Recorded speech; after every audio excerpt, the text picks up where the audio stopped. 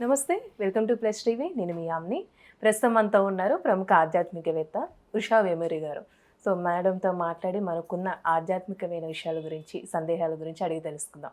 నమస్తే మ్యామ్. నమస్తే యామిని, ఎలా ఉన్నారు? బాగున్నాను, మీరు బాగున్నారా? అయితే మ్యామ్, మనకి ఇప్పుడు ఈ నెల శని త్రయోదశి రాబోతుంది. ముఖ్యంగా మనం చేయవలసిన నియమాలంటూ ఏంటి అంటే, శని భగవాన్కి సంబంధించి చాలా సందేహాలు ఉన్నాయి. అంటే ఎందుకంటే చాలా వరకు ప్రదక్షిణాలు చేసినప్పుడు కాళ్ళు కడగడం ఈ విధంగా చేస్తూ ఉంటారు. ఆ విధంగా చేయొచ్చు అంటారా? మా గురించి తెలియచేయండి. శని త్రయోదశి అనగానే అందరూ భయపడతారు కదా. అవును. నా ఉద్దేశం ఏంటంటే, భయపెట్టకుండా అది కూడా ఆ గ్రహాల్లో ఒక గ్రహమే, మనకి మేలు చేసేదే తప్ప శని ఏమి మన పీడించేందుకు వచ్చిన వాడు కాదు అని చెప్పడం నా ముఖ్య ఉద్దేశం దీని ద్వారా. రెండోది ఏంటంటే, శని త్రయోదశికి ఎందుకు కాళ్ళు కడుక్కుంటారు అనే దానికి మటుకు మనం శాస్త్రీయ పరంగా, ఖగోళ పరంగా కొంచెం చెప్పుకుంటే అందరికీ కూడా అనుమానం లేకుండా ఉంటుంది అని. యాక్చువల్గా విధి విధానాలు అవన్నీ అందరికీ తెలిసిందే. శనివారం లేకపోతే శనివారం రోజు అసలు త్రయోదశి కలిసి వచ్చిన తిథిని శని త్రయోదశి అంటారు. అది చాలా రేర్గా వస్తుంది. అంటే సంవత్సరంలో మేబీ ఒక 2 సార్లు 4 సార్లు అట్లా మ్యాక్సిమం, అంతకంటే రాదు. శనివారం అయి ఉండాలి, త్రయోదశి తిథి ఉండాలి, అప్పుడే శని త్రయోదశి. అలా ఉన్న రోజు ఆయనకు చాలా ప్రీతిపాత్రమైనది అని చెప్తారు. ఆయనకి ప్రీతిపాత్రమైన రోజున మనం ఏం చేయాలి? శనిగ్రహంతో బాధపడుతున్న వాళ్ళు ఆయన్ని కొలుచుకోవడం, ఆయనని ఇంప్రెస్ చేసి, అంటే మనకి ఆయన కరుణ కలిగేటట్టు చూసుకోవడం. అసలు శని గ్రహం లక్షణం ఏంటంటే, ఆయన్ని బ్రహ్మదేవుడు కర్మకి, ధర్మంకి, వీటన్నిటికీ కూడా అధిదేవతగా ఒక నాయకుడిగా నిలబెట్టారు. ఆయనకిట చాలా నల్లగా ఉంటారు. శని గురించి ఒకసారి ఒక స్టోరీ చదివాను. చాలా నల్లగా ఉంటారని ఆయనకి చాలా బాధగా ఉండేదట. బాధగా ఉండి తపస్సు చేశారట. బ్రహ్మదేవుడు సృష్టించిన దీంట్లో మరి వీళ్ళందరూ కూడా అలా వచ్చిన వాళ్ళు కదా, ఎందుకు ఇలా ఉన్నాను అని చెప్పేసి ఆ నలుపుతనం పోగొట్టుకోవడానికి అని చెప్పేసి అనుకున్నారో ఏమో, బ్రహ్మదేవుడి కోసం చాలా కఠోరమైన తపస్సు చేశారట. బ్రహ్మదేవుడు ప్రత్యక్షమై ఆయనకు వరాలు ఇచ్చారు. నువ్వు కర్మసాక్షివి, కర్మకి నువ్వు అధిదేవతగా నిన్ను నేను నిలబెడుతున్నాను అని. అంటే మనం కర్మకాండలు ఎలా ఏం చేసినా కూడా దాన్ని అనుభవించేది కూడా మనమే కదా. ఇప్పుడు ఏదైనా ఒకటి మనకు బాగలేదు ఈ జన్మలో అంటే, ఏ జన్మలోనో మనం దాన్ని సరిగ్గా చేయలేదని అర్థం. సో ఆ కర్మలన్నీ సాక్షిగా చూస్తూ అలాంటి జన్మ మళ్ళీ మనకు వచ్చేందుకు అమ్మవారు దోహదపడితే, మనం చేసిన కర్మల ప్రకారం ఈ గ్రహాలన్నీ మనకి దాని రిజల్ట్స్ ఇస్తాయి. మంచి చేసుకున్న వాళ్ళకి మంచి గ్రహాలు దాన్ని సక్సెస్ఫుల్గా ఉండేటట్టు, ఫేవరబుల్గా ఉండేటట్టు ఉంటుంది ఆ పీరియడ్. అందుకనే మనం కొత్త పంచాంగం వచ్చినా కూడా ఉగాది రోజు పంచాంగ శ్రవణం చేసినప్పుడు ఏ నక్షత్రం వాళ్ళకి ఏ గ్రహం ఎలా ఉంది అని చూస్తాం. మనకే కాదు, దేశానికి అధినేతలకు కూడా అలాగే చూస్తాం. ప్రైమ్ మినిస్టర్ జాతకం ఎలా ఉంది ఈ సంవత్సరం, దేశం ఇండియా జాతకం ఎలా ఉంది, తర్వాత మనకి చీఫ్ మినిస్టర్ జాతకం ఎలా ఉంది. ఎందుకు? వాళ్ళు ఆ మంత్రి రాజు వాళ్ళు ఏ గ్రహాలు రూల్ చేస్తున్నాయో ఆ పొజిషన్స్ వీళ్ళకి ఎలా ఉన్నాయో దాన్ని బట్టి మనకి రూల్ ఉంటుంది. ఇంకా మెయిన్ పొలిటికల్గా అయితే చూస్తారు. అందుకే వాళ్ళ అందరూ తెలుసుకోవాల్సిందే, కానీ భయపడడానికి కాదు. మనం దాన్ని ఏంటి, ఇప్పుడు ఎండలో వచ్చాము, ఎండాకాలం మనందరికీ బాగా అనుభవము, ఎండలో వెళ్తున్నాము. ఎండని మనం సూర్యుడిని మనం ఆపలేము. మనం ఏం చేస్తాం, ఎండ వేడి మనకు తగలకుండా ఉండాలంటే గాగుల్స్ పెట్టుకోవడమో గొడిగేసుకోవడమో చేస్తాం, చెప్పులు వేసుకుంటాం. అలా మనం ప్రొటెక్ట్ చేసుకుంటాం.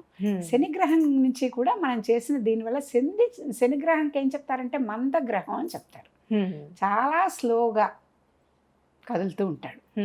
అంటే అంత స్లోగా కదులుతూ ఉన్న దానికి అందరి కర్మలు చూస్తూ, కాబట్టి మనకి పనులు కూడా ఏమవుతాయంటారంటే అర్ధాష్టమ శని ఇలాంటి శని పీరియడ్స్, అంటే మనకి అంతర్దశ దశల్లో మెయిన్గా శనితో పీడింపబడుతుంటే ఏమంటారంటే శనిని బాగా కొలుచుకోవాలి. అప్పుడు మనకి కర్మ, మనం చేసిన పాత ఏ కర్మలైతే ఉన్నాయో అవన్నిటి నుంచి వచ్చే నెగిటివ్ ఎఫెక్ట్స్ పోయి ఆయన అనుగ్రహం మనకు కలుగుతుంది అని నమ్ముతారు. అందులో భాగంగానే తైలాభిషేకం చేసుకుంటారు. ఈ తైలాభిషేకాలు కూడా పూర్వకాలం అలా లేవుట నాకు తెలిసి. ఎందుకంటే వాళ్ళు ఏం చేసినా పూజలు అవన్నీ విగ్రహాలు చేసుకోవడం, ఇసుకతో వీటితో బొమ్మలు చేసి అక్కడే పూజ చేసుకుని నదీ ప్రాంతంలో నదుల దగ్గర అలా చేసుకునేవాళ్ళు. ఇప్పుడు అలా కాదుగా. ఇప్పుడు ఏంటి, మారిపోయి ఒక గుడి, ఆ గుడి ఇప్పుడు శని సింగనాపూర్ వెళ్తాం, లేకపోతే నవగ్రహాలు ఉన్న గుడిలో వెళ్ళి మనం అభిషేకం అది చేయించుకుంటాం. అలా ఉన్నప్పుడు మనకేంటంటే పరిమితి లిమిట్ అయిపోయింది.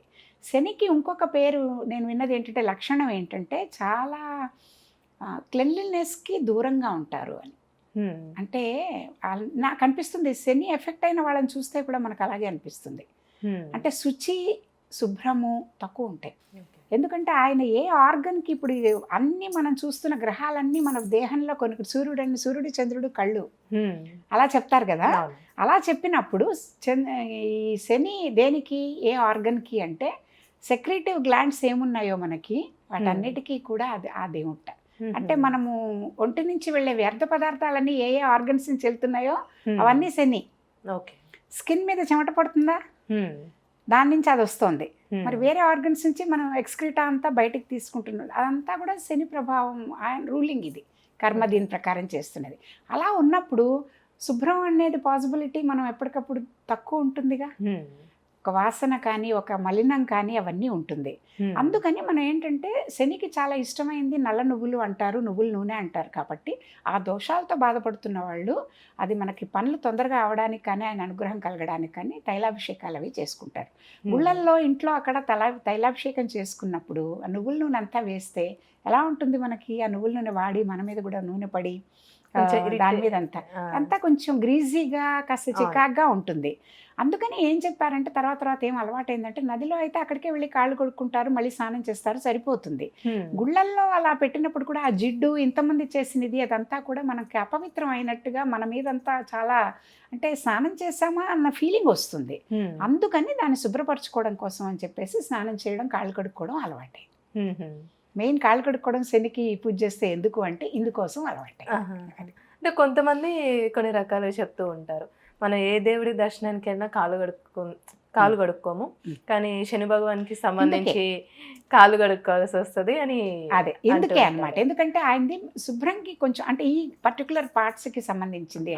ఇప్పుడు మనం వాష్రూమ్కి వెళ్ళొచ్చాం, శాస్త్రం ఏం చెప్తుంది, అలా లోపల రాకూడదు, అసలు స్నానం చేయాలి.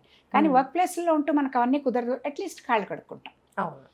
ఇప్పుడు మన ఇతర మతస్థులు ఉన్నారు, వాళ్ళు నమాజ్ చదివే కాళ్ళు కడుక్కుంటారా ముందర వెనక, వాళ్ళకు కూడా ఉంది. వాళ్ళకి వాష్ బేసిన్స్ మీరు బయట వాళ్ళ దేశాలకు వెళ్ళినప్పుడు చూస్తే కూడా వాళ్ళకి వాష్ ఏరియాలో ఇక్కడికి ఉంటాయి వాష్ బేసిన్స్, వాళ్ళు కాళ్ళు దాంట్లో పెట్టి కడుక్కుంటారు. అంత శుభ్రమైతే కానీ వాళ్ళు నమాజ్ చేయరు. అంటే ప్రతి దాంట్లోనూ ఉంది అది. ఏదైనా మంచి పని చేస్తున్నాం, పవిత్రంగా ఉండాలి అంటే కాళ్ళు కడుక్కోండి, ఎందుకంటే కాళ్ళతోనేగా నడుస్తున్నాం కదా. ఇక్కడ మనం శనికి చేస్తున్నది కూడా మనం అంత గమనం పోవాలని, మనకున్న బ్యాడ్ ఎఫెక్ట్స్ అవన్నీ పోవాలనే కదా మనం చేస్తున్నాం. చేసినప్పుడు ఎలా అంటే అలా చేసి ఆ నూనె తొక్కి, లేకపోతే అక్కడంతా నూనె నువ్వులు అన్నీ తొక్కి కొంచెం ఇదిగా చికాగ్గా ఉన్నది శనికి ఒక్కళ్ళకే ఇది కాళ్ళు కడుక్కునే పద్ధతి చెప్పారు. అంటే చాలా మంది వస్తూ ఉంటారు కొన్ని దోషాలతో ఉంటారు. అది కూడా అది మటుకు కరెక్ట్ కాదండి. అది నేను చాలా పక్కాగా తెలుసుకున్న న్యూస్. ఆస్ట్రాలజర్స్ దగ్గర, వీళ్ళ దగ్గర, పండితుల దగ్గర. అంటే భయపెట్టేందుకు మనకి అందులో కూడా పాండిత్యం అనేది డిఫరెంట్ లెవెల్స్లో ఉంటుంది కదా. భయపెడుతూ చెప్పేది కాకుండా మనకి ఎడ్యుకేట్ చేస్తూ చెప్పే వాళ్ళ దగ్గర నుంచి తెలుసుకున్న విషయం. అసలు అట్లా కాళ్ళు కడుక్కోవడం, అలా భయపడడం, వాళ్ళు తొక్కితే మనకేదో అవుతుంది అనుకోవడం అపోహ మాత్రమే అని క్లారిఫై తెలుసుకున్నాం ఈ దీని ద్వారా, టీవీ ద్వారా. అది కరెక్ట్ కాదట. కాకపోతే మనకే కొంచెం చికాగ్గా, ఇప్పుడు చూడండి మనం చాలా చోట్ల నడిచొచ్చాక కాళ్ళంతా కూడా ఏదో అడ్డుకున్నట్టు, కాళ్ళు శుభ్రంగా లేనట్టు ఇరిటేటింగ్ గా అనిపిస్తుందా. ఆ నువ్వులు, ఆ పువ్వులు, ఆ నూనె అదంతా కాళ్ళకి అంటుకుంటుంది అనుకోండి, కడుక్కుంటాం. అవును, అందుకోసం. అంతేగాని ఆయన వేరే వాళ్ళ శని మనకి పడుతుందని అది వేరు. దిష్టిలు తీసి పిల్లలకి, ఒంట్లో బాగాలేని వాళ్ళకి బీజాక్షర మంత్రాలు అవన్నీ చెప్తూ కొంచెం తాంత్రికులు వీళ్ళందరూ దిష్టి తీసి పడేసిన వస్తువులు, నిమ్మకాయలు, మిరపకాయలు ఇలాంటివి రోడ్ల మీద ఎక్కడంటే అక్కడ పడేస్తూ ఉంటారు. దానికి డెఫినెట్గా మనకి తగులుతుంది వేరే వాళ్ళది.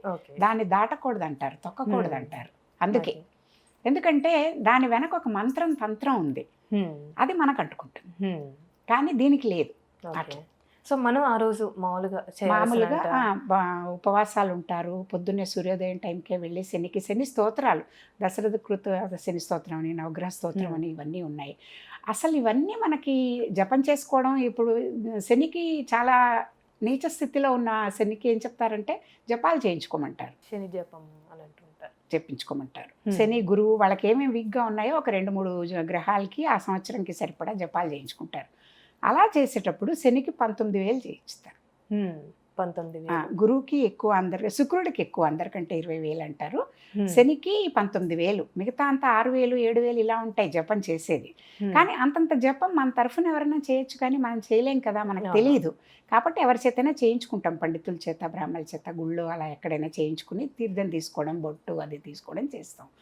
అలాంటప్పుడు కూడా శనికి ఏం చెప్తారంటే 19,000 జపం చేసిన అవన్నీ మనకు తెలియపోయినా అట్లీస్ట్ మన వంతు మనం ఏం చేయొచ్చు, మమ అనుకోవడం కంటే కూడా ఓం శనేశ్వరాయ నమః ఆ పీరియడ్ అంతా సింపులేగా ఒక చిన్న శనిని మాట, తలుచుకోవడమే. అంతే. ఒక ఓం శనిశ్చరాయన మహా వీలైనన్ని సార్లు మనవంతుగా మనం కూడా అనుకుంటూ ఉంటే ఆ దోషాలు అవి కొంచెం పోయి ఆయన అనుగ్రహం మన మీద కలుగుతుంది అని బలంగా నమ్ముతారు చాలామంది. ఆ ఫేజ్ దాటి బయటకు వచ్చిన వాళ్ళు అర్ధాష్టమ శని అని ఇప్పుడు రకరకాల ఏళ్ళ నాటి శని అని ఇలా ఉంటూ ఉంటాయి కదా.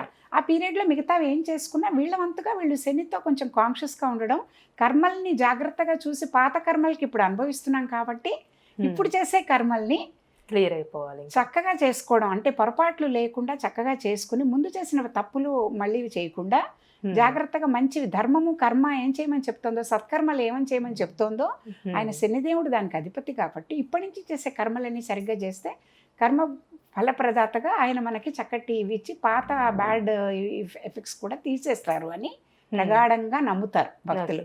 ఓకే, ఆ విధంగా చాలా చక్కగా తెలియజేశారమ్మా, ధన్యవాదాలు.